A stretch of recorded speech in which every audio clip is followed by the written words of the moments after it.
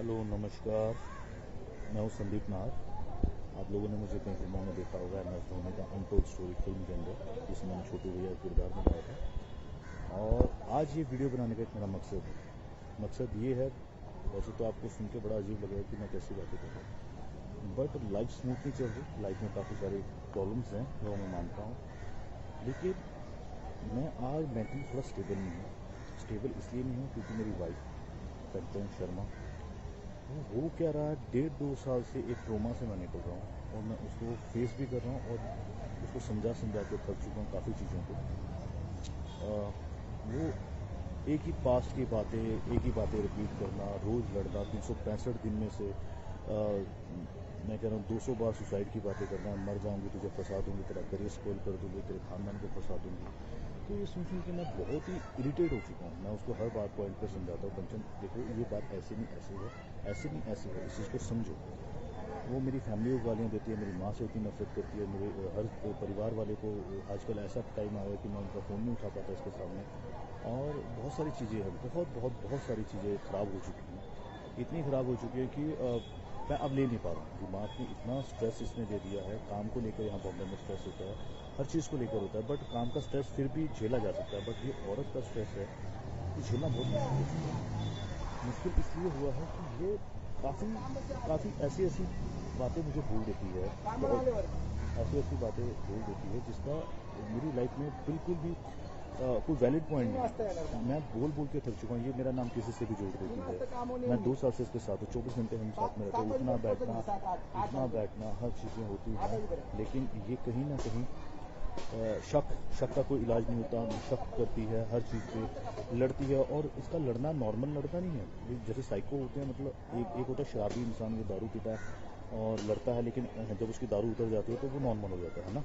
Normally ऐसा होता है, उसको गिल्टी फील भी होती है, उसको अपनी गलतियों का एहसास भी होता है। बट इसके केस में ऐसा है, अगर ये लड़ती है, उसको कोई बात बुरी लगती है तो वो उसके दिमाग में बैठ जाती है, बैठ इतने गंदे तरीके से जाती है, उसको निकालना बहुत मुश्किल होता है। ये कितनी रातें ख़राब कर देती है। इवन अभी जैन की बात है, जैन में ये घर से भाग गई थी, मैं रात को उसको ढूंढने गया था। ये ऐसे काम करती है और बहुत सारी बातें होती हैं। कब तक इसका वो करूँ। इसकी मम्मी बहुत साथ देती है। इसकी मम्मी का कहना है कि मैं तेरी ज़िंदगी बर्बाद गई, हर तरह के केसेस बताती है, मैं ये केस हो जाएगा वो।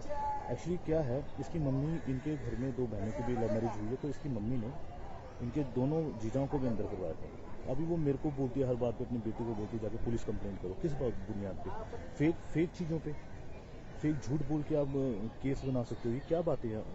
औरत को एटलीस्ट दर्जा दिया गया है किसी चीज़ों का, तो उसका मिसयूज़ क्यों करते हो? और ये सब बातें कहाँ से आती हैं? आप रिश्ते बनाने चाहते हो या बिगाड़ना चाहते हो? रिश्ता बनाने के लिए आपको ये सब बातें नहीं लानी चाहिए ज़िंदगी में। अगर रिश्ता आपको अच्छा रखना, आप इसकी मम्मी ऐसी ऐसी बातें करती है, और ये कंचन भी यही बातें करती है। इवन इसका एक किस्सा हुआ था 2015-16 में। इसका जो एक्स था, जिसके साथ ये 6 साल रही है, मैं इसको किस तरह से इसके कल उस पर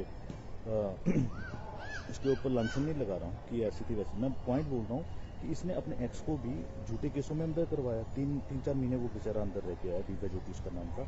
तो ये सेम पॉइंट मेरे साथ कर रही है, और इसी जिद की वजह से इसने मुझसे शादी की थी उस टाइम पे कि मैं ये कर दूंगी वो। मैंने तरस करके इस पर शादी की। तरस में चलो यार, मुझे लगा ऐसा कोई नहीं है, कर लेता हूँ। आज नहीं, इसकी लाइफ ख़राब हो जाएगी। एक बोल रही थी मैं मर जाऊंगी, इसको पंखे में लटकने की आदत, सुसाइड की बातें करती है।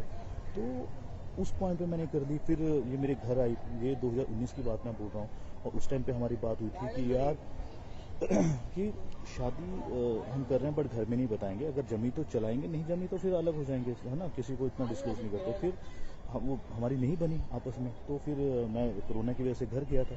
जब कोरोना की वजह से मैं घर गया था, तो उस टाइम पर इस लड़की ने मेरे घर पे आने की बात की, तो इसको उस टाइम मैरिज सर्टिफिकेट चाहिए था, तो मेरे घर वालों ने अच्छे से इसका वेलकम किया।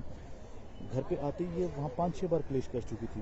घर आई 18 जून को आई थी, जून को आई थी, और इसमें 5 दिन बाद ही, चूँकि उस टाइम कोरोना काल था, तो गवर्नमेंट ने भी बोला था कि आपके घर में अगर कोई बाहर से आता है बॉम्बे से, तो आपको इन्फॉर्म करना पड़ेगा। SHO ने बोला था। तो हमने उस चीज़ को छुपाया था थोड़ा, भाई नहीं बताएंगे, नहीं तो फिर पूरी फैमिली अंदर हो जाएगी। इतनी एक छोटी सी बात थी, बट इसको वो बात समझ में नहीं आई। मेरी भाभी ने बोला मेरी कज़न सिस्टर है ना। तो इस बात पे भड़की, तेरी भाभी ने कि बोला कि मेरी कज़न। अरे भाई सिंपल सी बात है, कोरोना का टाइम है, और ये तुम्हारी हमारी आपस की बात है। लोगों को पता लगा तो बॉम्बे से आई है, वह छोटे छोटे बच्चे सबको अंदर कर देंगे। इस टाइम तो वैसे भी हमारे जो सरकारी हॉस्पिटल थे वो कोरोना के चक्कर में उन्होंने कोविड का हॉस्पिटल बनाया हुआ था और सबको वहाँ पे क्वारंटीन कर रहे थे उस टाइम पर। तो उसके बाद कुछ और छोटी छोटी चीज़ें हुई, जैसे कि हमारे घर में किन्नर आए, किन्नर बधाई लेने आए, तब ये लड़ी चूँकि हमने उनको भेज दिया था। भेजने का एक कारण था, कारण ये था कि अगर हम किन्नरों को बधाई दे देते तो हमारे रिश्तेदार नाराज हो जाते। उनको लगता कि इनके घर में बहू आई, इन्होंने हमें नहीं बताया। मैंने कंचन को, उस टाइम हमारी शादी की रिसेप्शन पार्टी फिक्स हो गई थी 30 जुलाई को, तो हमने बोला कि आप 30 जुलाई के बाद आना, हम आपका वही जो बनता है वो देंगे। वो दिया भी, बट उस बात पे भी इसने क्लेश किया। बहुत सारी चीज़ें हुई, छोटी छोटी बातों पे क्लेश। ये बोलती मुझे घुमाने नहीं लेके जाते। अबे भाई, कोरोना में बॉर्डर सील हुए गए, हिमाचल बॉर्डर सील है, पंजाब बॉर्डर सील है, कैसे लेके जा सकते? ये बात इसको समझ में नहीं आ रही। ये बोलती जिनकी शादी होती है उनके पति उनको घुमाने लेकर जाते हैं। मैंने बोला भाई, जिनकी शादी होती है उनके पति बेशक उनको घुमाने लेकर जाते हैं, बट उस टाइम पे कोरोना नहीं था। अभी कोरोना, अभी थोड़ा सब्र कर लो, बाद में चल लेंगे। ये बात उसको समझ में नहीं आ रही।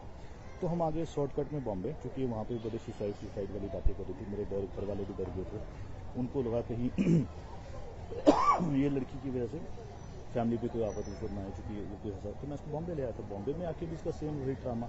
सर्टिफिकेट शादी का मिल गया, फिर भी इसको सेटिस्फेक्शन नहीं हो रही है, एक सिक्योरिटी नहीं मिल नहीं रही है, और हर जगह से मुझे टॉर्चर कर रही है। बस मैं एक बात बोलना चाहता हूँ इस वीडियो के माध्यम से, अगर मैं कोई गलत स्टेप उठाता हूँ लाइफ में क्या मेरा आजकल मेंटल पीस थोड़ा सही नहीं रहा, क्योंकि मैं रोज झगड़े नहीं ले सकता। सुबह उठो झगड़ा सेम बात पे, जिस पे 1000 बात पहले बात हो चुकी है, लड़ाई हो चुकी है, उस पर फिर अगेन सुबह उठो, दोपहर को झगड़ा, रात को झगड़ के सो। तो मेरे में इतनी कैपेसिटी नहीं, मेरी एनर्जी लेवल इतना नहीं है कि मैं बार बार हर चीज़ों को क्लियर करता हूँ। इसको एक बार बोल के टेंशन ऐसा नहीं है, ऐसा बात खत्म हो जाती है। अभी कल रात की बात है, इसने इंस्टाग्राम पे सर्च किया। अब सर्च में कोई किसी का कोई चीज़ दिख जाती है तो उसमें मेरी क्या गलती है? किसी ने मुझे नहीं ब्लॉक किया तो भाई, जब ब्लॉक नहीं किया है तो उसमें मेरी गलती नहीं हो सकती। तुम मुझे बोलो तुम्हें वो पसंद नहीं है, तुम ब्लॉक कर दो, मैं ब्लॉक कर दूंगा। मैंने ऑन द स्पॉट बिना सोचे ब्लॉक किया है। और ये कोई छोटी छोटी बात है। हम स्कूल के बच्चों वाली, मैं इसको बोलता हूँ कंचन, स्कूल के बच्चे भी ऐसे नहीं लड़ते होंगे जैसे तुम मेरे साथ कर रही हो।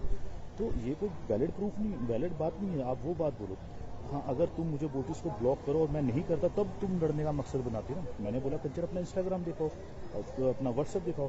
तुम्हारा एक्स का भी तो इसमें है ना फोटो, ये उसने तुझे ब्लॉक नहीं किया व्हाट्सएप पे, सिंपल सी बात है। कह रही मेरी उससे बात नहीं होती, तुम्हें पता। तो मैंने बोला सेम यही चीज़ मैं कंचन तुम्हें बोल रहा हूँ कि मेरी भी कोई बात नहीं होती। हाँ, मेरे व्हाट्सएप पे तो ब्लॉक है, मेरी भी कोई बात नहीं होती। अगर मैं तुम्हारी चीज़ों को एग्री करता हूँ कि तुम्हारी कोई बात नहीं होती, तो भाई ये चीज़ तुम भी एग्री करो ना मेरे बोलने पे कि मेरी कोई बात नहीं होती। ये भी तो तुम्हें सोचना चाहिए ना। अगर पुराना कुछ गलत हुआ है तो भाई मैं भी तो वो बातें मैंने कही होगी, ये भी कह रहा हूँ, उसको तो समझ के चलना चाहिए ना।